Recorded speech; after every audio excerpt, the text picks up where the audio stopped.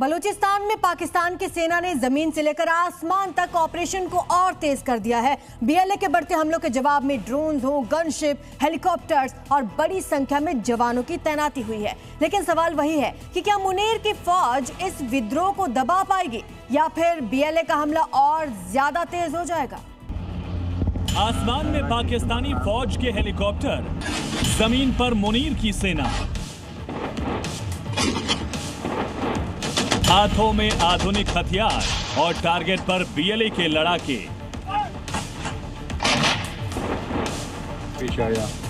बलूचिस्तान में विद्रोह को कुचलने के लिए पाकिस्तान ने अपनी पूरी ताकत झोंक दी है।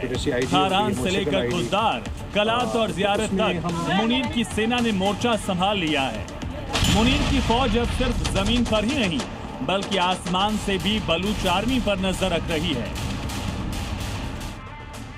पाकिस्तानी ड्रोन लगातार रेकी कर रहे हैं। बीएलए के ठिकानों की तलाश की जा रही है और जरूरत पड़ने पर इन्हीं के जरिए हवाई हमले भी किए जा सकते हैं।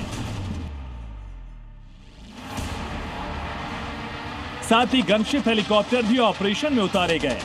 यानी बलूचिस्तान में जमीन से लेकर आसमान तक पाकिस्तानी सेना ने मोर्चा खोल दिया है। बीएलए के खिलाफ शुरू हुआ सैन्य ऑपरेशन अब पूरे बलूचिस्तान में फैलता दिख रहा है। सबसे बड़ा फोकस है खारान का लिज्जे इलाका, जहां बड़ी संख्या में सैनिकों के साथ ड्रोन और हेलीकॉप्टर तैनात किए गए हैं।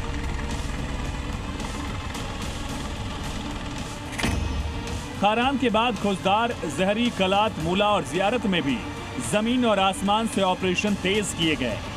लेकिन आखिर मुनीर की सेना अचानक इतनी एक्टिव क्यों हो गई है, इसकी वजह भी समझ लीजिए। दरअसल बलूचिस्तान में पाकिस्तानी सेना के खिलाफ बीएलए ने हमला तेज कर दिया। बीएलए ने दावा किया कि सिर्फ 8 दिनों में 22 हमले किए गए। इन हमलों में पाकिस्तानी सुरक्षा बलों के 26 जवान मारे गए, यानी औसतन हर दिन करीब 3 हमले और उतनी ही मौत। बीएलए के मुताबिक कलात और सूरब में आईडी हमलों को अंजाम दिया गया, जिनमें 20 पाकिस्तानी सुरक्षा कर्मियों के मारे जाने का दावा है। इसकी वजह से मुनीर की सेना एक बार फिर सदमे में है और बीएलए की टुकड़ी को देखते ही भाग खड़ी हो रही है, क्योंकि सिर्फ सुरक्षा ठिकाने ही नहीं, बीएलए ने पाकिस्तानी सेना की गाड़ियों को भी निशाना बनाने का दावा किया। बीएलए के मुताबिक हालिया ऑपरेशंस में 9 गाड़ियों को तबाह किया गया। इसके अलावा सड़क, रेलवे ट्रैक, आर्थिक प्रोजेक्ट भी बलोच आर्मी के टारगेट पर रहे हैं। बीएलए ने अपने इस अभियान को सूरब में हुई पाकिस्तानी एयर स्ट्राइक का जवाब बताया। अब एक तरफ सड़कों पर बलोच के आम शहरी विरोध प्रदर्शन कर रहे हैं, दूसरी तरफ बीएलए हमले कर रही है। और इन दोनों मुसीबत के बीच मुनीर की फौज ने बलूचिस्तान में अपना सैन्य ऑपरेशन तेज कर दिया है। यानी बलूचिस्तान में इस वक्त 3 मोर्चे एक साथ दिखाई दे रहे हैं।